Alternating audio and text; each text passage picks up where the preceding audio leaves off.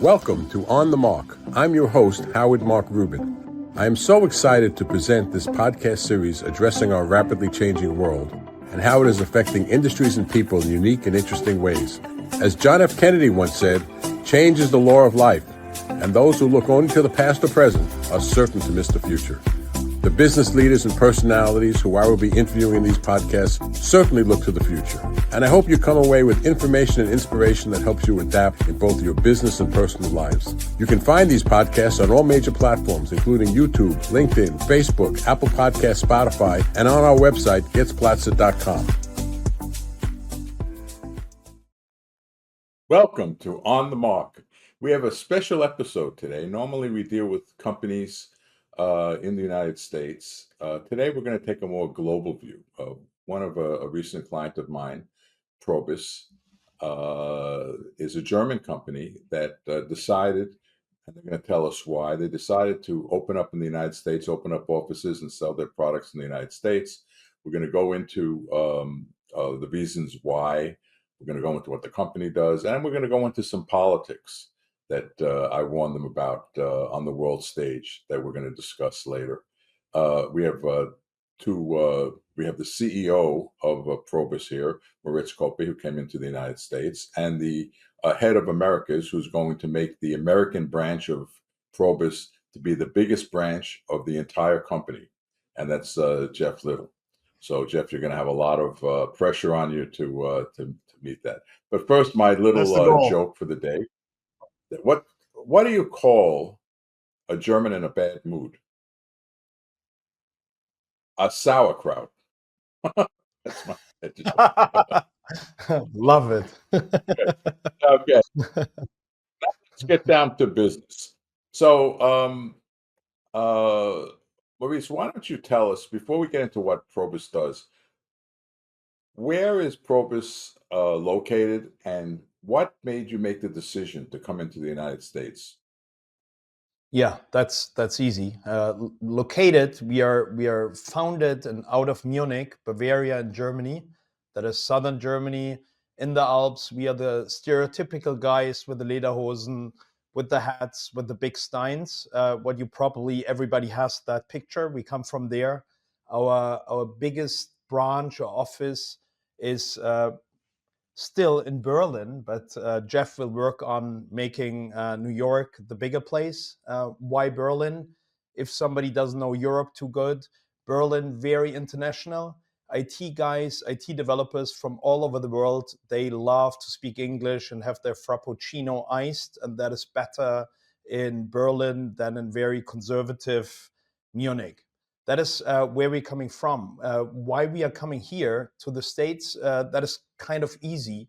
We were founded in 2022 and did quite a good job winning these corporates that you would know from automotive and other branches from Europe or Germany, and they're all operating globally. And so we decided to go into other markets. And the easiest market for us, Europeans, is our alliance in the Western world with you, being the biggest real estate market, as we have that real estate focus with PROBIS. And to do business with Americans is very, very good for us. So happy to be here, and being only half a German company anymore, because we have an American investor. Because if you go into new markets, you will need some dollars, and American VCs are faster again than the Europeans. So we have American, half German company at the moment. Thanks for having us. So when you before you came here, right? At least Americans, or at least my understanding is that the European Union is a market in itself. It's not so much of a country, but it's some kind of it used to be called the common market. Now it's called the European Union. Have you done expansion in the European Union before you came here, or did you decide to just go from Germany to open up offices here? Yeah, first on that, geographically, from an American view, Europe is small and Germany even smaller, and the European Union is 27 countries, and they are so different and so diverse that we have business in the big ones that you easily know, like France, Germany, Austria, Spain, and the UK, what is not part of the European community, but we have business there, and then decided to do the really big step into the US. And to tell us a little about what Probus actually does. I know it's a software company that assists people in the real estate industry primarily, and I think in the financial services industry.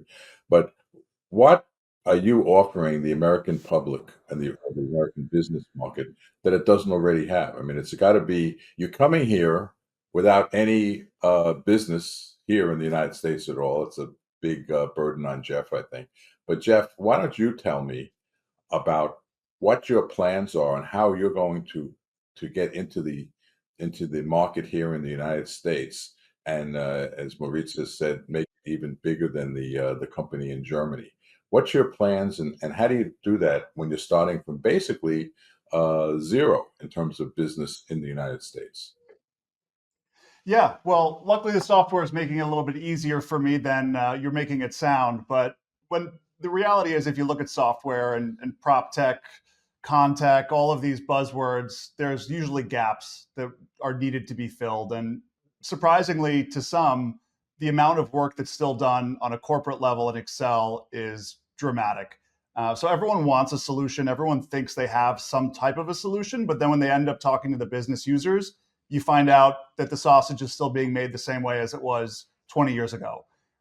There's a lot of software out in the marketplace. A lot of it is either trying to be all encompassing and overreaching, in my opinion, or focused on a very specific area. And that's what we're doing. We're focused on really taking budgets and pro formas for teams that are actively working on real estate projects, standardizing those, and giving teams a platform where they can engine workflows from the beginning of their initial underwriting through to post-close and construction, OpEx and CapEx monitoring, which, while very specific, is a gap that we see in the marketplace now. And it's something we've actively worked with JLL as a strategic partner to identify and work with as we come to this country and expand.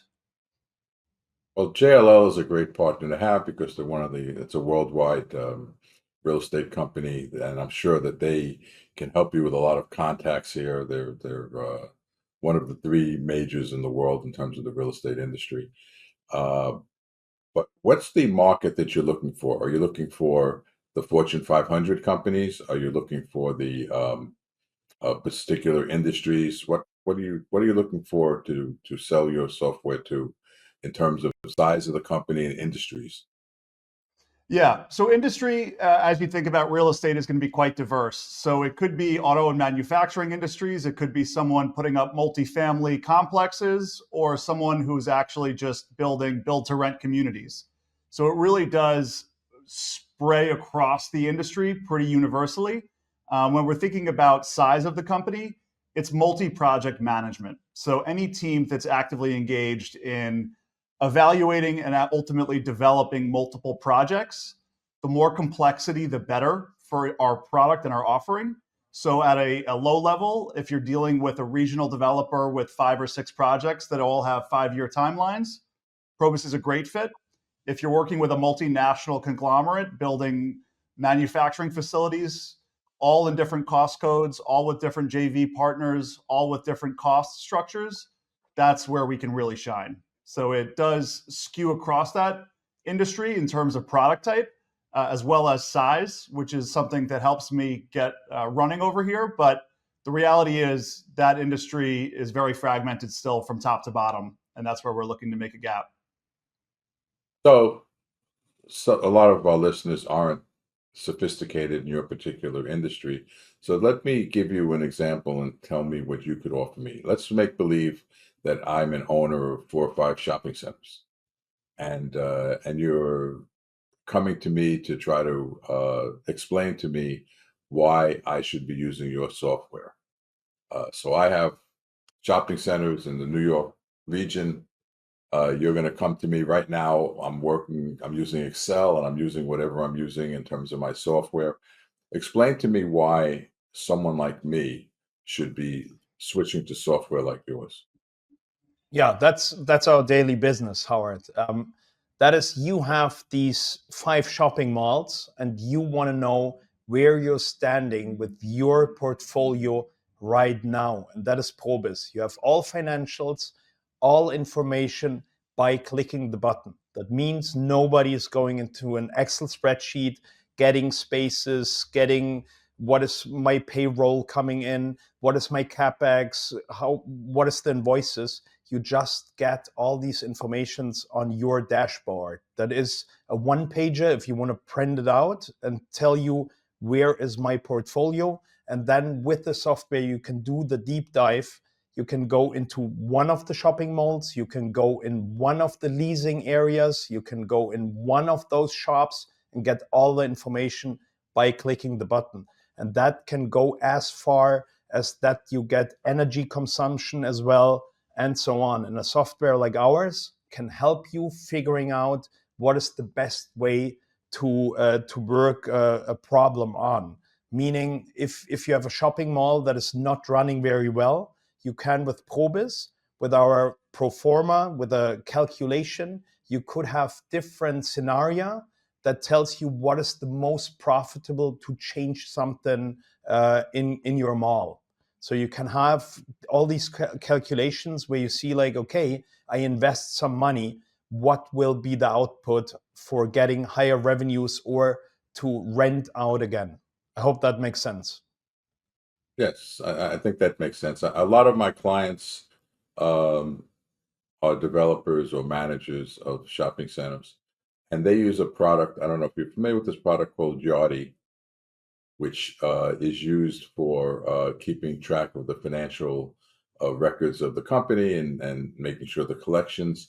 How do you differ? What do you offer? You seem to have a much broader product than what Yardi is offering, because I know that's Yeah. the standard in a lot of my clients' industries. Can you compare that or discuss that a little Yeah. bit? We have many clients that have Yardi, and we complement Yardi. That means Yardi is a very high level eagle view of your real estate, and we are able to really go into the weeds. So we got an existing plug and play interface with Yardi. Giving you an example, in Yardi, you would know that is my capex plan for the next year. And within PROBIS, you could directly, as I said, go into one office lease area and you could see all the change orders and the forecast if you redevelop something and so on. And all these information can get aggregated back into Yardi. Or you have your invoicing process that is AI based in PROBIS. You have it in PROBIS, and then you would say in the end, last person on their phone on our mobile app would click approve that invoice. It directly goes into Yardi to be paid. So we So don't overlap too much. We complement each other. so you would be selling to potential clients to work with Yardi, not to replace Yardi. Is that Yeah, what you we have we now have the global accounts. We have global accounts that work with Yardi, and we complement. They will pay with Yardi. They do their yearly planning in Yardi, and all real estate specific forecasting processes, workflows are done in PROBIS. okay? So let me ask Jeff a question because I don't. I mean, he's a good looking guy, but he has to talk a little bit more in this. So Jeff, so you go to someone because you're really in charge of growing the company in the Americas. You go to someone now and talk to them about Yardi. The services that you're providing that are complementary to Yardi, what are those customers doing for those services now? Are they just using an Excel spreadsheet? Is there another competing software that they're using that you're trying to replace? How does that work? Yeah, so for this piece of the puzzle, it is going to typically be Excel, and it's going to go from potentially an Argus model that then transitions to the active development, redevelopment of the site. Let's say the tenant in unit C is leaving, We have to make a decision if we want to invest to put the new restaurant concept in and do a bunch of TI work, or if we want to just have the next package shop come in and get a lower rent per foot. That's the type of work that can be done with the PROBIS system. And as that work is being done, for teams that go from 2 shopping centers to 5 shopping centers, they start to then establish benchmarks. And those benchmarks can then be very informative. And we've seen it meeting after meeting as we've been running around New York City with Moritz here, where teams are saying, okay, how much does that cost per foot? Oh, let me run over to that guy's desk and ask him if he did a project like that. And they're literally still doing that at the highest levels, where to get insights and information, they're forced to go system by system or person by person. And then that person says, oh, yes, we did do a build out for a pizza shop. Let me go back to you. And it's taking days and weeks to find that information. It's very scattered. And we believe it should be much more centralized, even for those 3 to 5 unit operators. And do you help or make recommendations to shopping centers of what improvements to make? In other words, maybe you should put a fountain in the middle of the shopping center because that would increase the appearance and look. It would increase the value of the shopping center, or other types of improvements, whether it's more cosmetic or whether it's more functional in terms of that. Is that something that PROBIS would get involved in? Either one of you can answer. I don't. Something like that. It's not directly the fountain, but PROBIS would, of course, tell you, take this and that amount of money to put into an area, because if you do like more insulation, or if you do better flooring, better MEP, then you would, from the benchmarks or from the experience that the software has with the AI, then you can get higher revenue on this and that.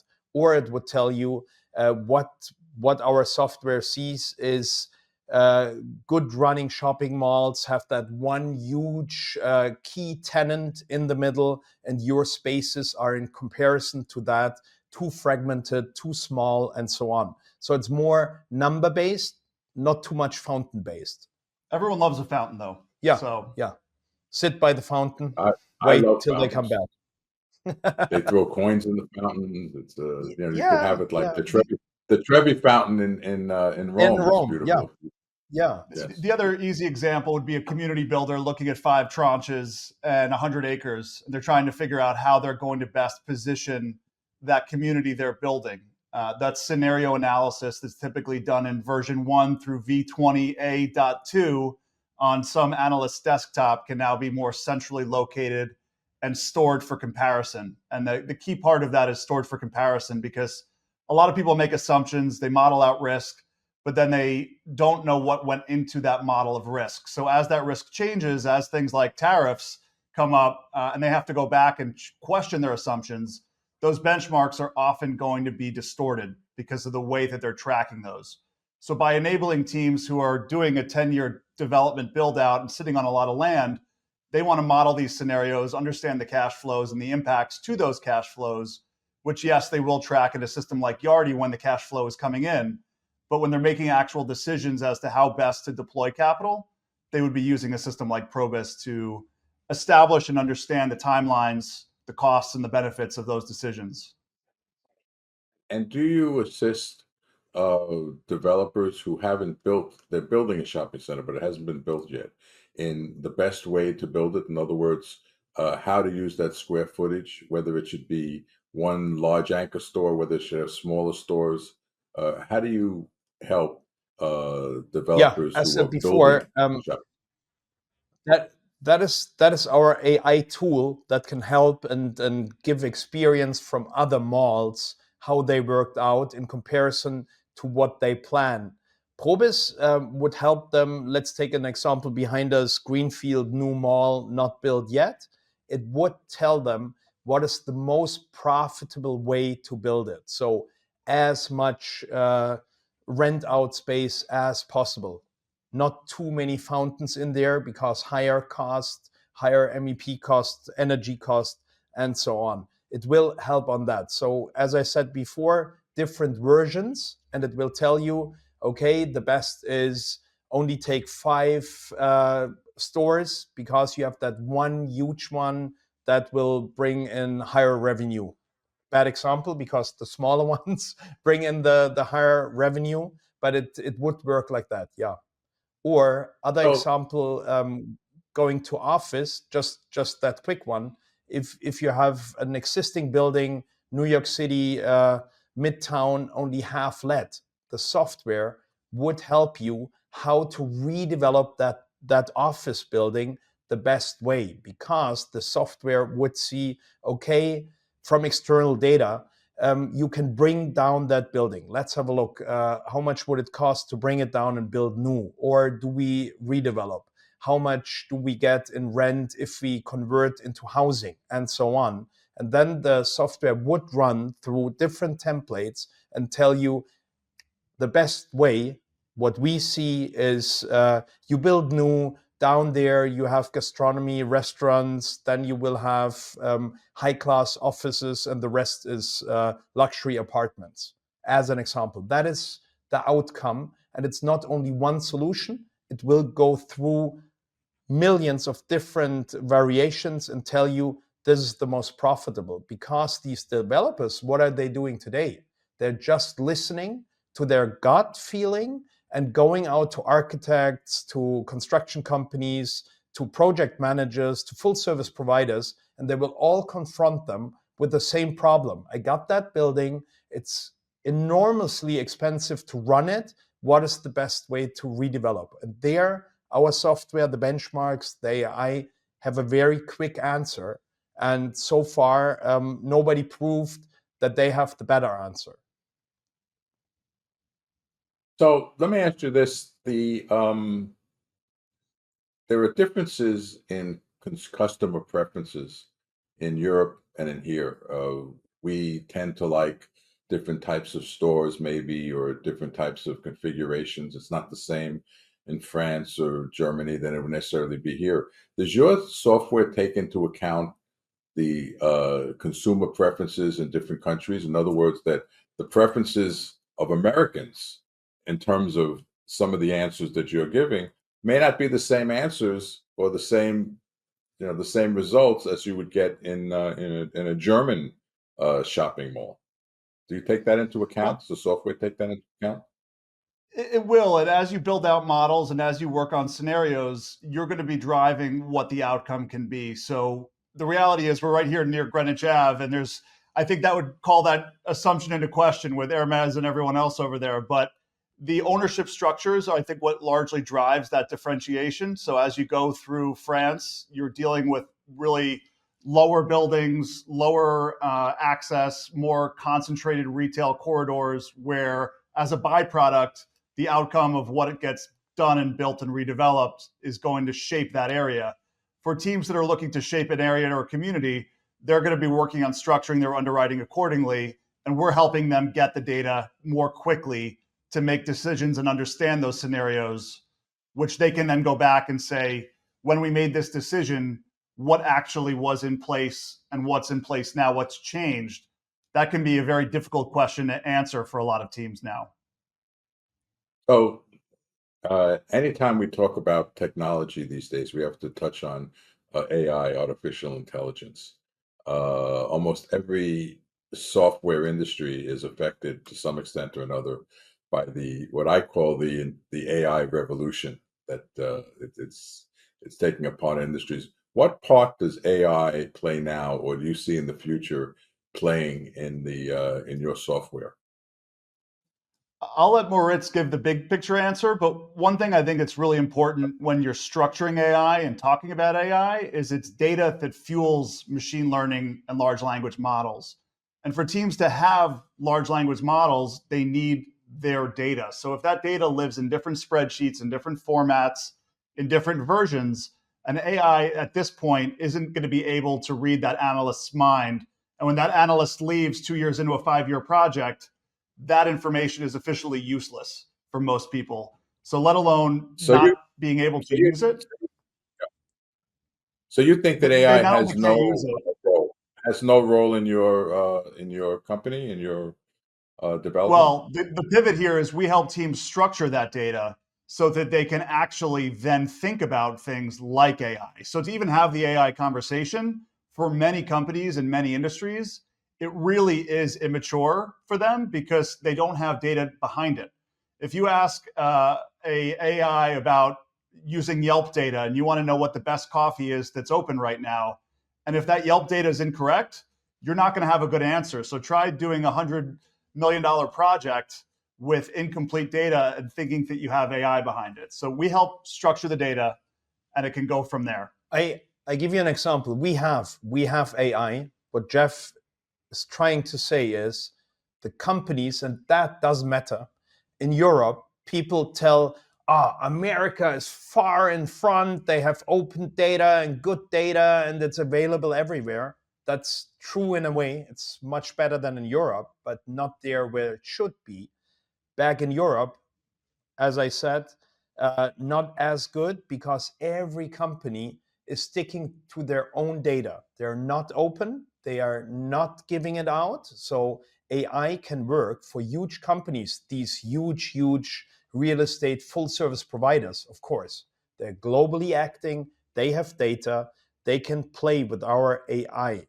For example, they will know in Australia, as they would in New York, as they would know in Munich, what is construction cost, what is revenues there, how long does it take to procure and change order, and so on. That is all important information that you will need because AI can really help you. You are planning your shopping mall out here, and you would say, that is my budget.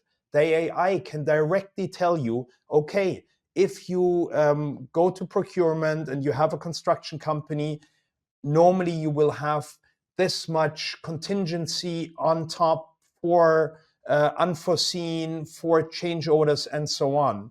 And the AI then, in daily life of the controlling, can take over so much that there is no manual or not a lot manual work anymore, because a change order comes in, it's read out automatically by the system, and the AI will tell you, okay, we take it in the forecast with 75% on what we know from the same asset class, from shopping buildings here in the area. But if I don't give out these data, if I always stick to my own data, the system won't have all this information. But on the global view, AI is already there, and AI will take over very, very soon. Our industry, real estate, didn't realize yet that we're talking structured data. Real estate is kind of easy because you have plots, you know the square feet, you have contracts, that is contracts with standardized numbers. You have invoices, you have leasing agreements, and all these data are there, very structured to be read out and to learn from. So AI will really, really help very soon in that industry to be much more efficient, to early know how much is a building. When you're building a car, every car manufacturer and every buyer knows by 100% that is the cost of the car. If you're building a building, you try to ask your gut feelings, and people say like, we have regulation and taxonomy and this and this and that, and it's very unsafe at the moment. That will change rapidly in the next years. Oh, let me talk a little about your model. Are you a subscription-based service, or are you a pay-as-you-go service? How do you work with your customers?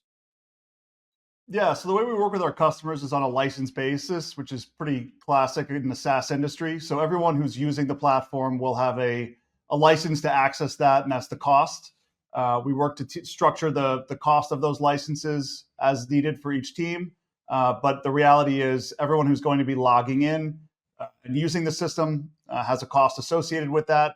Some of the other pricing models where they price per foot or things like that just don't make sense for us at this point.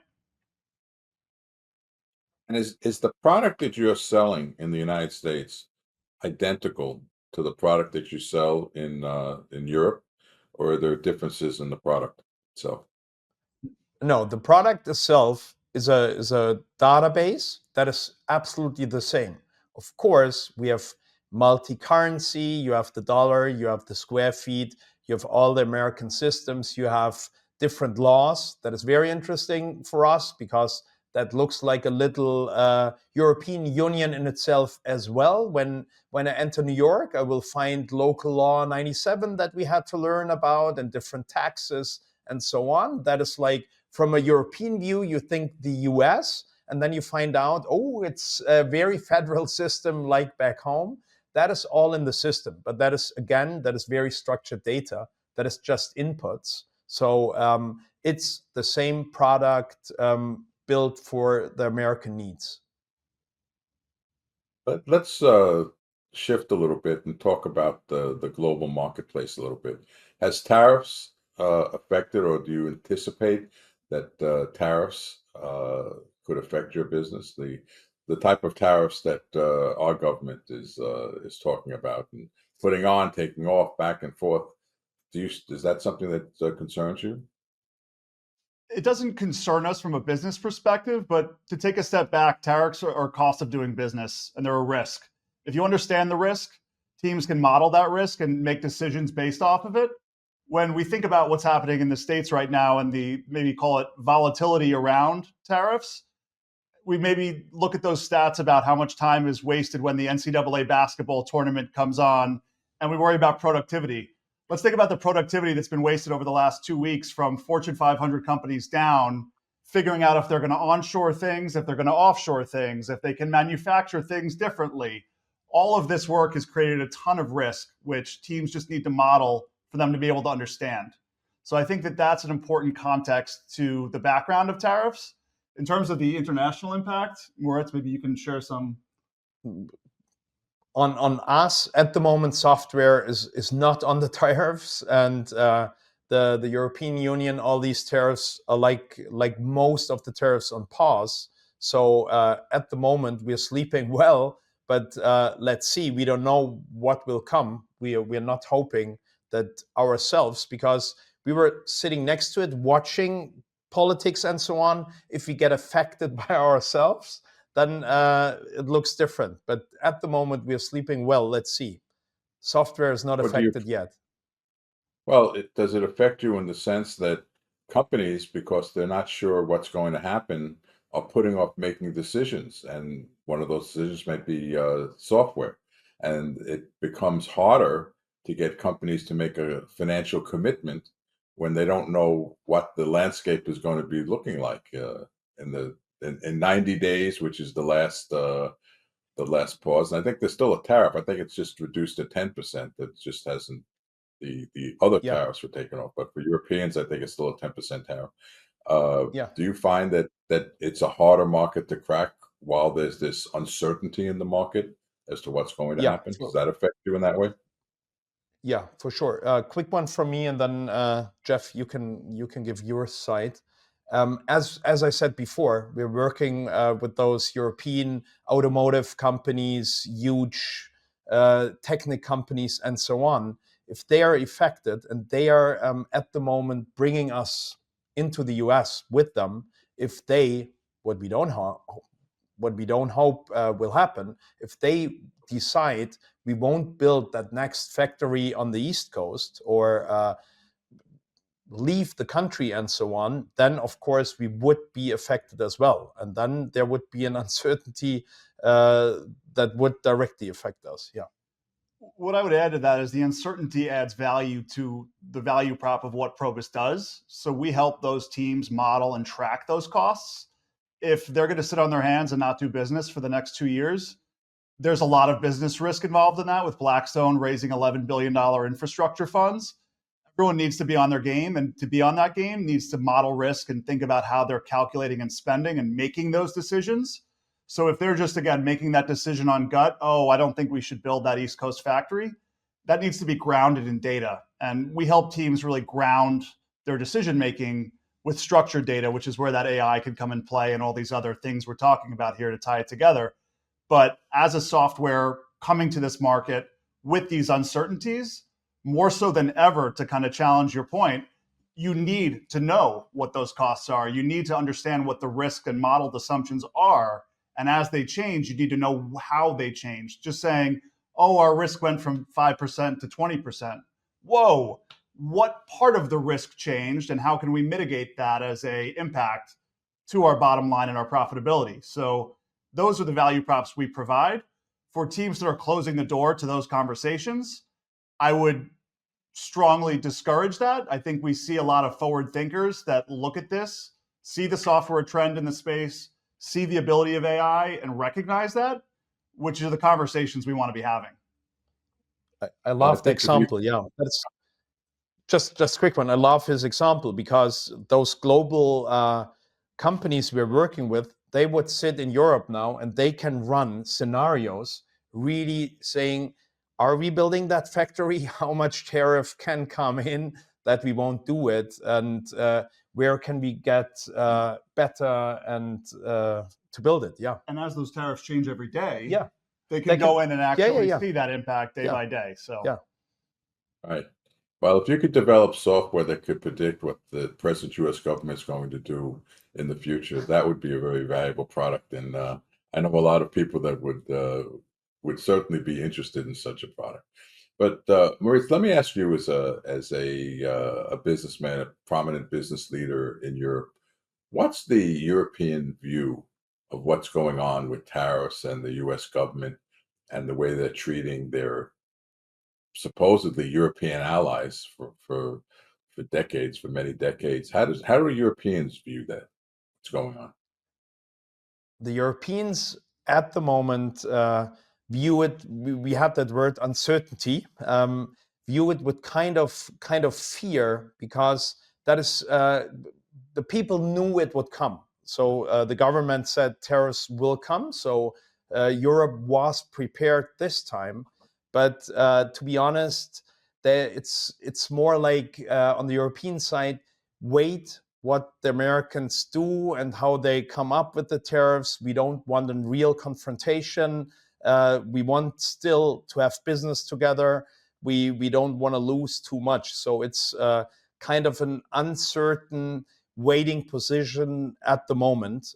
Media in Europe at the moment, we shouldn't go too deep into that topic, but media play a lot that black and white game at the moment. What me, being often here in the States and in Europe, I don't like it too much, because you have to see there's gray tones as well. And you have to understand why either party does something. And I see on both sides that is changing and disappearing. And that is something, me personally, I would look like, wouldn't like it too much if it drifts away.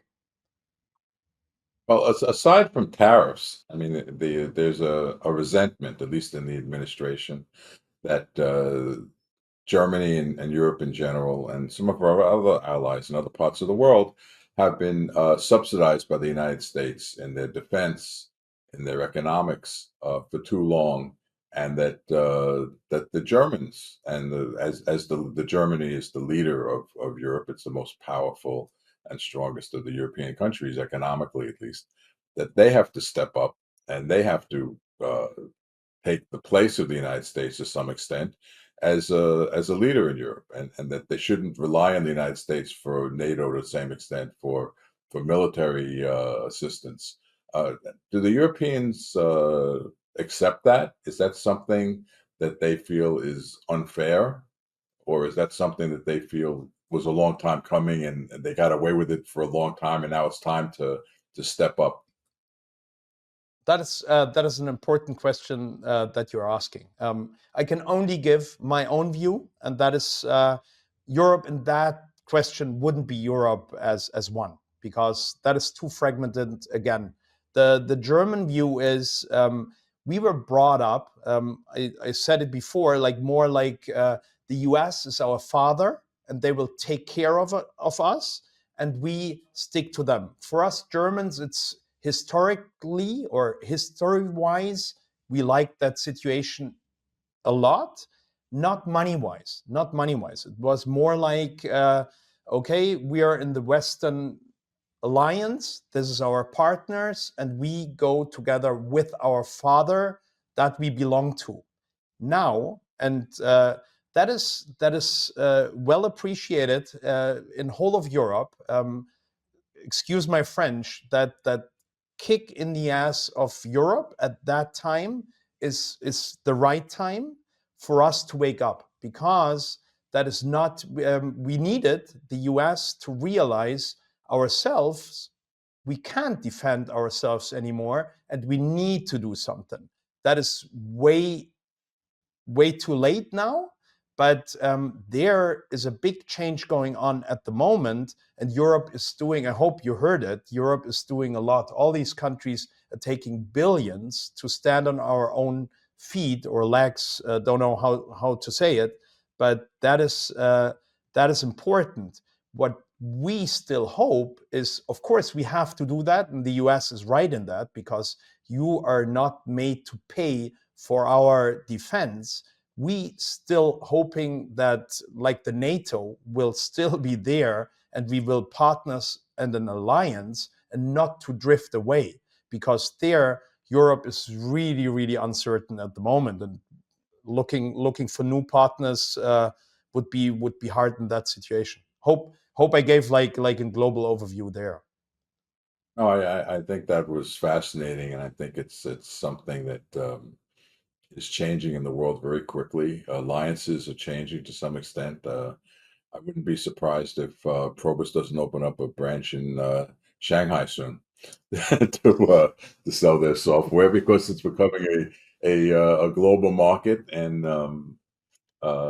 people have to appreciate that. The world is kind of, when the United States sneezes, the world says God bless you, and it's become a smaller world. I don't really believe that isolationism for the United States is going to work, but it's something that the Europeans, I think, have to accept as standing on their own 2 feet. Anyway, it's been really quick. It's been a fascinating conversation. I think we learned about the company, and we learned about some other things. Is there anything else you want to tell the viewers before we sign off? Anything else? Well, Howard, I would just encourage everyone to think about the risk that they're modeling and how they're tracking that.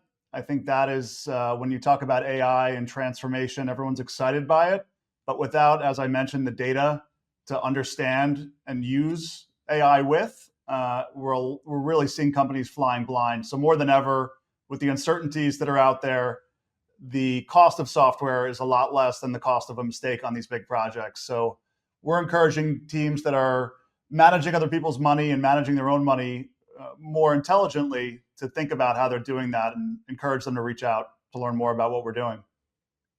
And if they want to contact you to learn more about the offerings of PROBIS, where would you direct them to? Is the PROBIS site, or is there an email, or is it your email? Or yeah, we have our PROBIS site, but I'm welcome to open up my email to any listeners that are curious. It's jeff.littell. My name's up here on the screen at prob.is, prob.is. That's also our website and domain.